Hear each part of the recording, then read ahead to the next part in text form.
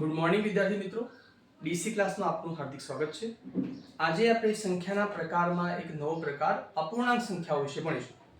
તો અપૂર્ણાંક સંખ્યાઓ કોને કહેવાય છે? તો એવી સંખ્યાઓ જે પૂર્ણ નથી એવી સંખ્યાઓને આપણે અપૂર્ણાંક સંખ્યાઓ કહીએ છીએ।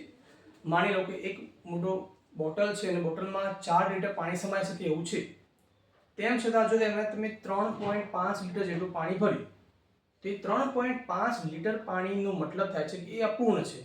તો 3.5 એ એક અપૂર્ણાંક સંખ્યા કહી શકાય। ઘણી બધી સંખ્યાઓ એ અપૂર્ણાંક હોય છે, જેમ કે 3.4, 2.5, 0.8।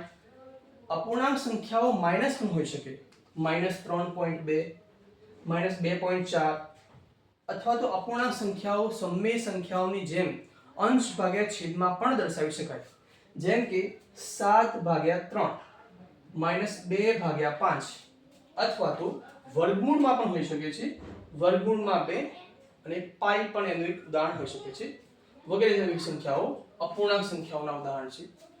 હવે અપૂર્ણાંક સંખ્યાઓના મુખ્ય બે પ્રકાર છે, એક છે સાદો અપૂર્ણાંક એટલે કે સિમ્પલ ફ્રેક્શન, અને બીજો છે દશાંશ અપૂર્ણાંક ડેસિમલ ફ્રેક્શન। સાદા અપૂર્ણાંક વિશે થોડું ઘણું આપણે માહિતી મેળવશું, દશાંશ અપૂર્ણાંક વિશે આપણે બીજા વિડિયોમાં જોઈશું। સાદો અપૂર્ણાંકના મુખ્ય 3 પ્રકાર છે। હવે દેખો, સાદો અપૂર્ણાંક એ અંશ ભાગ્યા છેદ સાથે સંકળાયેલી જે હોય સંખ્યાઓ એના એક પ્રકાર પાડેલા છે। જેમ કે શુદ્ધ અપૂર્ણાંકની વાત કરીએ તો શુદ્ધ અપૂર્ણાંક ભણતા પહેલા આપણે અંશ ભાગ્યા છેદ વિશે થોડી ઘણી માહિતી આપણે મેળવવી જરૂરી છે।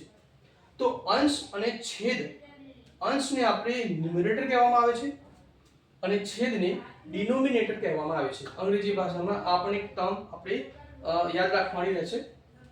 એટલે કે સમમેય સંખ્યાઓને p/q ના ફોર્મમાં લખવામાં આવે છે, બરાબર।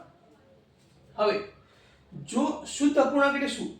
જે સંખ્યા અંશ ભાગ્યા છેદના ફોર્મમાં હોય અને એમાં છેદ એ અંશ કરતા મોટો હોય તો એવી દરેક સંખ્યાઓને આપણે શુદ્ધ અપૂર્ણાંક કહી શકીએ, એટલે કે પ્રોપર ફ્રેક્શન કહેવાશે। જેમ કે અંશ એ છેદ કરતા નાનો છે, એટલે 2 એ 5 કરતા નાના છે તો આ શુદ્ધ અપૂર્ણાંક, 4 એ 5 કરતા નાના છે, 3 એ 8 કરતા નાના છે, 7 એ 9 કરતા નાના છે। આવી ઘણી બધી સંખ્યાઓ તમે જાતે પણ લખી શકો છો। તો જે સંખ્યાઓનો અંશ એ છેદ કરતા નાનો હોય એને આપણે શુદ્ધ અપૂર્ણાંક કહેવાય છે। એવી જ રીતે બીજો એક સંખ્યા છે અશુદ્ધ અપૂર્ણાંક। તો શુદ્ધ અપૂર્ણાંકનું બિલકુલ વિપરીત ઇમ્પ્રોપર ફ્રેક્શન એટલે શું? કે જેનો છેદ એ અંશ કરતા નાનો હોય।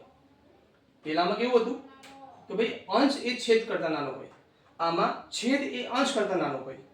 તો જે સંખ્યાઓનો અંશ ભાગ્યા છેદના ફોર્મમાં લખેલી હોય અને તેમાં જો અંશ એ છેદ કરતા મોટો હોય, 7/2 એટલે અંશ એ છેદ કરતા મોટો છે, 4/3 જેમાં 4 એ 3 કરતા મોટા છે, એવી જ રીતે આ બધી સંખ્યાઓ લખી શકાય છે।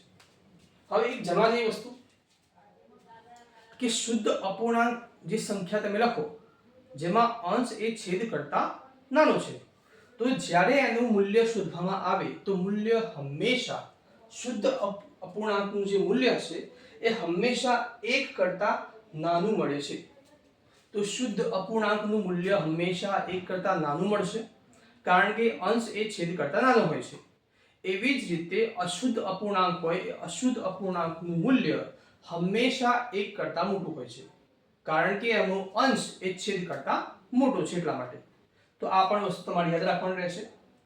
અંશ ભાગ્યા છેદના સ્વરૂપમાં બીજા પણ કેટલાક પ્રકાર છે એના, જે આપણે આવતા વિડીયોમાં ભણીશું, અને મિશ્ર અપૂર્ણાંક વિશે પણ આપણે જાણકારી મેળવશું।